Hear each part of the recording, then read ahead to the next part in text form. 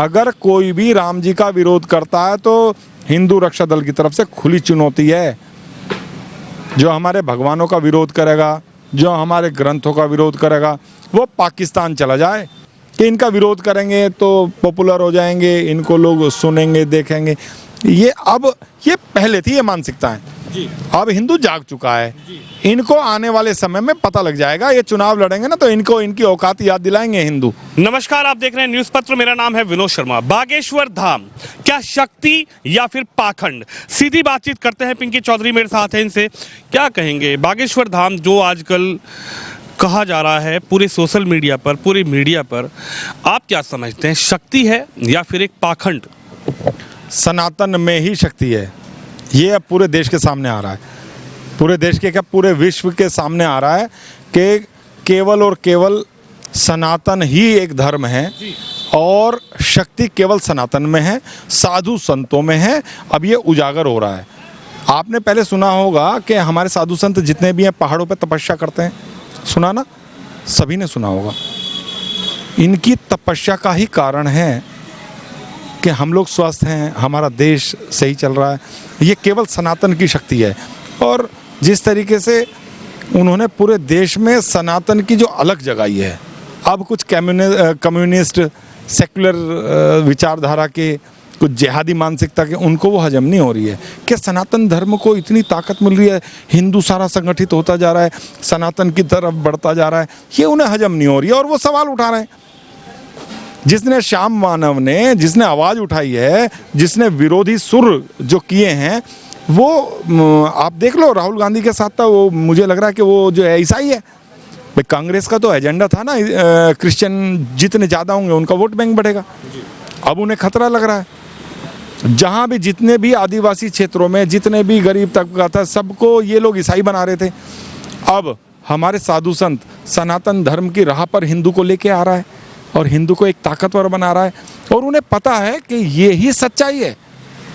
भैया खुद धीरेन्द्र कृष्ण शास्त्री का ये कहना है कि सनातन को बदनाम करने की, सनातन को खत्म करने की एक रणनीति अपनाई जा रही है, साजिश रची जा रही है। क्या आप मानते हैं कि जो धीरेन्द्र कृष्ण शास्त्री कह रहे हैं, महाराज जी जो कह रहे हैं, क्या कहीं ना कहीं कुछ लोग हैं जो सनातन को बदनाम, सनातन को खत्म करना चाह रहे हैं, इसलिए एक रणनीति बनाई जा रही है? देखिए, मैं ये समझता हूँ कि कहीं ना कहीं कुछ ना कुछ लालच, और जितने राजनीतिक लोग बोल रहे हैं ना, ये केवल और केवल अपनी राजनीतिक रोटियां सीखने के लिए ये लोग इस तरीके के बयान दे रहे हैं। और ये हमारी रामायण का विरोध कर रहे हैं। राम जी का विरोध करने के बाद इस देश में रहना। मैं एक बात और कह रहा हूँ, जो राम जी का विरोध करता है उसकी इस देश में जगह नहीं है, उसे पाकिस्तान चला जाना चाहिए। धर्म के आधार पर बंटवारा हुआ था हिंदू मुस्लिम का, और हर हिंदू के आराध्य श्री राम हैं। और जो हिंदू होते हुए या बौद्ध बन गए या क्रिश्चियन बन गए या जैसे भी है, अगर कोई भी राम जी का विरोध करता है तो हिंदू रक्षा दल की तरफ से खुली चुनौती है। जो हमारे भगवानों का विरोध करेगा, जो हमारे ग्रंथों का विरोध करेगा, वो पाकिस्तान चला जाए। अन्यथा उसे हिंदू रक्षा दल के योद्धाओं से बचने की आवश्यकता है। आपने कहा कि राम जी का विरोध, और यही जो प्रकरण है, मैं चलता हूँ रामचरितमानस पर। रामचरितमानस के लिए स्वामी प्रसाद मौर्य का ये कहना है कि कुछ अंश हटाए जाएं, नहीं तो पूरी रामचरितमानस बैन करी जाए। वही स्वामी प्रसाद मौर्य जो हाल फिलहाल में समाजवादी में चले गए, उससे पहले भाजपा में थे तो राम भी अच्छे लगते थे, राम के नाम के वोट भी अच्छे लगते थे, रामायण भी अच्छी लगती थी। लेकिन क्या मानेंगे आप कि भाजपा से जैसे समाजवादी में एंट्री होती है तो स्वामी प्रसाद मौर्य, जिनकी उम्र लगभग 50, 55, 60 साल होगी, क्या हो गया उनको? आपको मैंने कहा ना, इनकी राजनीतिक रोटियां सेकने का एक एजेंडा इन्होंने चला रखा है। अब से पहले तो कभी राम जी पर और रामायण पर हमारे पर विरोध नहीं किया था इन्होंने। अब विरोध कर रहे हैं। क्यों कर रहे हैं? क्योंकि इन्हें पता है कि इनका विरोध करेंगे तो पॉपुलर हो जाएंगे, इनको लोग सुनेंगे, देखेंगे। ये पहले थी ये मानसिकताएं। अब हिंदू जाग चुका है। इनको आने वाले समय में पता लग जाएगा। ये चुनाव लड़ेंगे ना तो इनको इनकी औकात याद दिलाएंगे हिंदू। इनको बता देंगे कि तुम लोग जिस तरीके से बोल रहे हो, तुम्हारी औकात जो है ना, केवल और केवल वही है जितनी तुम्हारी छोटी मानसिकता है, उसी हिसाब के ये लोग रहे। और अब इन लोगों को यहाँ विचारधाराओं में ज़्यादा परिवर्तन कर कर, हिंदुत्व का विरोध कर कर, अब इनकी दाल यहाँ गलेगी नहीं। अखिलेश यादव की चुप्पी को आप क्या समझते हैं? क्या अखिलेश यादव इस पूरे बयान पर, क्योंकि वो वरिष्ठ नेता हैं अखिलेश यादव की पार्टी के, अखिलेश जी चुप हैं, 24 घंटे 72 घंटे का वक्त है, लेकिन अखिलेश जी कुछ बोल नहीं रहे, आपको क्या लगता है? उनके मुंह में, जैसे कहते हैं ना, सांप के मुंह में छछूंदर है, ना निगल रहे बन रहा है ना उगल रहे बन रहा है। तो अखिलेश की तो वो स्थिति है, ना तो ये निगल सकता ना उगल सकता। तो भैया ये लोग तो सब, इनका कोई अस्तित्व नहीं है, अब इनका सबका अस्तित्व समाप्त हो रहा है। और ये अपनी जो है ना, अपने आप को कायम, राजनीति में कायम रखने के लिए कुछ भी उलूल जुलूल कुछ भी बोल रहे हैं। और पता नहीं इनके लोग जो है जो बोल रहे हैं, अब तो ये खत्म है, जीरो।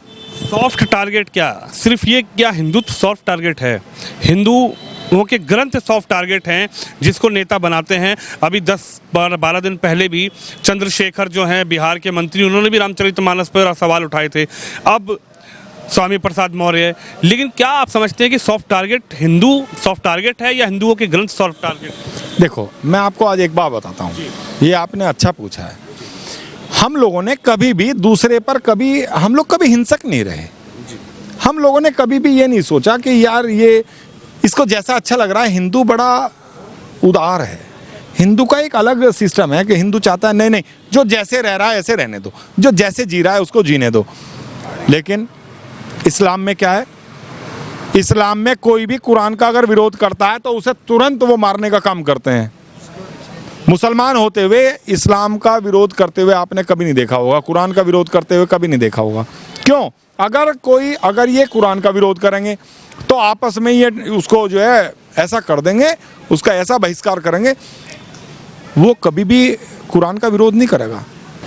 कुरान की तुलना हमारी श्रीमद् भगवत गीता से की जाए, हमारे श्री रामचरितमानस से की जाए, ऐसा कभी हो नहीं सकता। स्वामी प्रसाद तो कह रहे हैं रामचरितमानस को बैन करो। स्वामी प्रसाद है क्या? अच्छा, है क्या स्वामी प्रसाद? आप बताओ मुझे, है क्या ये? वरिष्ठ नेता है समाजवादी। अरे कहीं का नेता है? कुछ भी नहीं है। आप बताओ, कोई चुनाव जीता? अब ये नहीं जीता ना, खत्म है ना। तो का वोट नहीं चाहिए क्या समाजवादी पार्टी? अखिलेश यादव इनको इनकी औकात याद आ गई है। हिंदू जाग गया है, हिंदू सनातन की तरफ तेजी से बढ़ रहा है, इनको वो खतरा लग रहा है ना। स्वामी प्रसाद जो है ये सोच रहा है कि इनको जो है ना बौद्धिज्म का जो इनका दिमाग में जो फितूर है उसके चक्कर में चल रहे हैं। ये जो ईसा और मूसा की वो जो कर रहे हैं ना कि हम लोग जो है इन लोगों को एक करेंगे, इनको सबक सिखाने का काम करेंगे, चिंता ना करो आप। आखिरी सवाल आपसे ये है कि पठान आने वाली है, पठान को लेकर, इस भगवे को लेकर जो आपने पहना हुआ है, इसी भगवे को लेकर विवाद शुरू हुआ था। लेकिन शाहरुख खान का कहना है कि जो नेगेटिव लोग हैं वो नेगेटिव सोच रहे हैं, हम पॉजिटिव लोग हैं और पठान सुपर डुपर हिट जाएगा। शाहरुख खान को औकात पता लग गई, उन्होंने उसमें से सीन हटाया ना, पता लग गया ना उनको, उन्होंने सीन हटा दिया वहाँ से। और हटाने के बाद आज स्थिति क्या है? आज हिंदू जाग गया है, आज हिंदू सोया नहीं है। आज हिंदू को ये नहीं पता है कि भाई तुम्हें जो है जो कह रहा है कहने दो, जो चल रहा है चलने दो। हिंदू जाग रहा है तो नेताओं को भी बड़ा दिक्कत हो रही है, अभिनेताओं को भी दिक्कत हो रही है। तो दिक्कत तो हम पैदा करेंगे, हिंदू को जगाने का काम ही तो हमारा है, और हम उस स्थिति में बहुत अच्छे से चल रहे हैं। शाहरुख खान, आमिर खान, सलमान खान अपनी जो है सब कुछ भूल चुके हैं।